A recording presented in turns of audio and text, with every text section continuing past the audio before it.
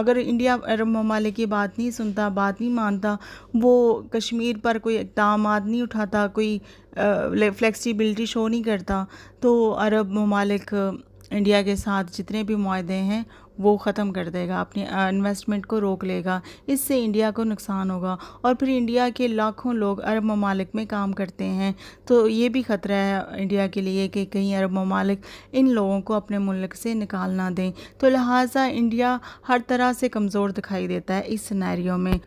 اگر انڈیا عرب ممالک کی بات نہیں مانتا تو انڈیا کی اکانومی اور انڈیا کی دنیا کے ساتھ، خاص طور پر مسلم ممالک کے ساتھ کنیکٹیوٹی کے ختم ہونے کا بھی خطرہ ہے، اور انڈیا اتنا بڑا ظلم اپنے ساتھ نہیں کرے گا۔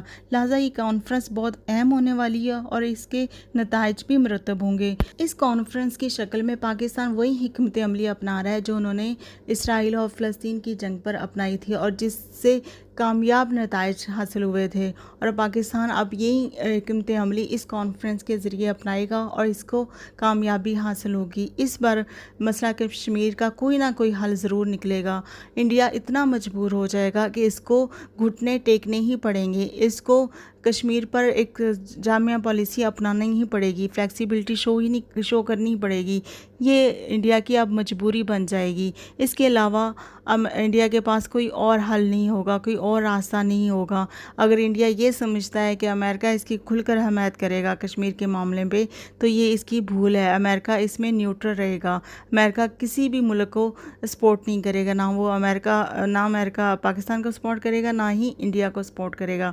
اور رہی بات فرانس، تو فرانس کی تو اتنی زیادہ ویلیو نہیں ہے، جہاں اتنے 60 سے زیادہ ممالک ایک مسئلے کی حمایت میں بول رہے ہیں، اور وہاں اکیلا فرانس کیا کرے گا؟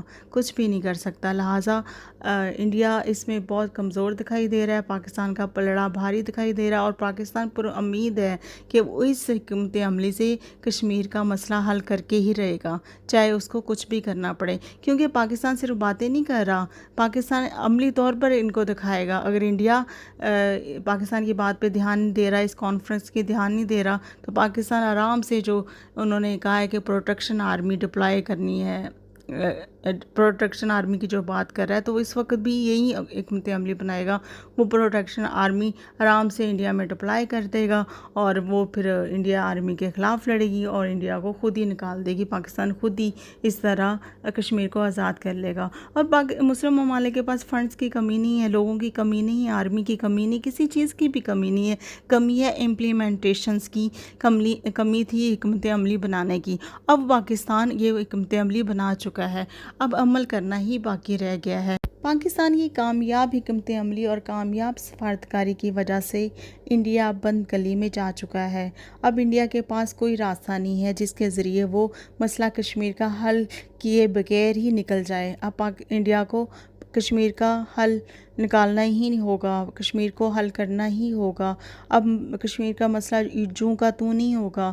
پاکستان کبھی بھی کشمیری بھائیوں کو انڈیا کے ظلم و ستم کی بھیڑ نہیں چڑھنے دے گا۔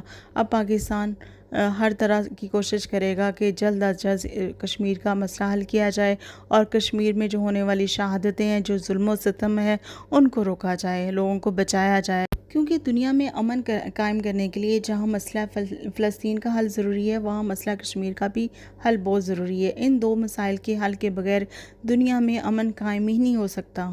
اور مسئلہ کشمیر کے حل میں سب سے بڑی رکاوٹ بھارت خود ہے، بھارت کی بد نیتی ہے۔ وہ نہیں چاہتا کہ کشمیر کا مسئلہ حل ہو، کیونکہ جس دن مسئلہ کشمیر حل ہو گیا تو بھارت کشمیر سے نکل جائے گا، اور بھارت نہیں چاہتا کہ وہ کشمیر سے نکل جائے۔ وہ چاہتا ہے کہ کشمیر پر بھارت کا قبضہ قائم رہے، اور وہ یہاں موجود رہے، اس خطے میں حکمرانی کرتا رہے، چاہے وہ کسی بھی صورت میں اس کو کرنی پڑے، چاہے کشمیریوں پہ ظلم کرنا پڑے یا کشمیریوں کو مارنا پڑے۔ لیکن اب بھارت کی کشمیر میں یہ ظالمانہ پالیسی زیادہ دیر تک نہیں چلے گی۔ پاکستان اس پر کنٹرول حاصل کرے گا، پاکستان انڈیا کو یہاں سے نکالے گا، اور مسئلہ کشمیر کے لوگوں کی خواہش کے مطابق حل ہوگا۔ پاکستان کی نہ صرف اپنے خطے میں بلکہ دنیا میں امن قائم کرنے والی پالیسی انشاءاللہ کامیاب ہو کر رہے گی۔ دنیا میں جہاں بھی ظلم ہوگا، پاکستان اس کے خلاف نہ صرف آواز اٹھائے گا بلکہ عملی اقدامات بھی کرے گا، اور ہر امن پسند ملک پاکستان کے اس مشن میں پاکستان کا ساتھ دے گا، کیونکہ دنیا کچھ سالوں سے جو جنگ و جدل ہو رہا ہے، جو خون ریزی ہو رہی ہے، جو ناحق اور معصوم لوگ مارے جا رہے ہیں، بچے مارے جا رہے ہیں، عورتیں ماری جا رہی ہیں، ملکوں کے ملک تباہ ہو رہے ہیں، اور دنیا بھی نہیں چاہتی کہ ایسا تسلسل جاری رہے۔ دنیا بھی چاہتی ہے یہ سلسلہ بند ہو، دنیا میں امن قائم ہو۔ امریکہ جیسی سپر پاور نے عراق میں جنگ کی، افغانستان میں جنگ کی، تو ان دونوں ممالک میں جنگ کرنے کے بعد امریکہ کو کیا ملا سوائے مالی نقصان کے اور جانی نقصان کے؟ ان کے ہاتھ کچھ نہیں آیا۔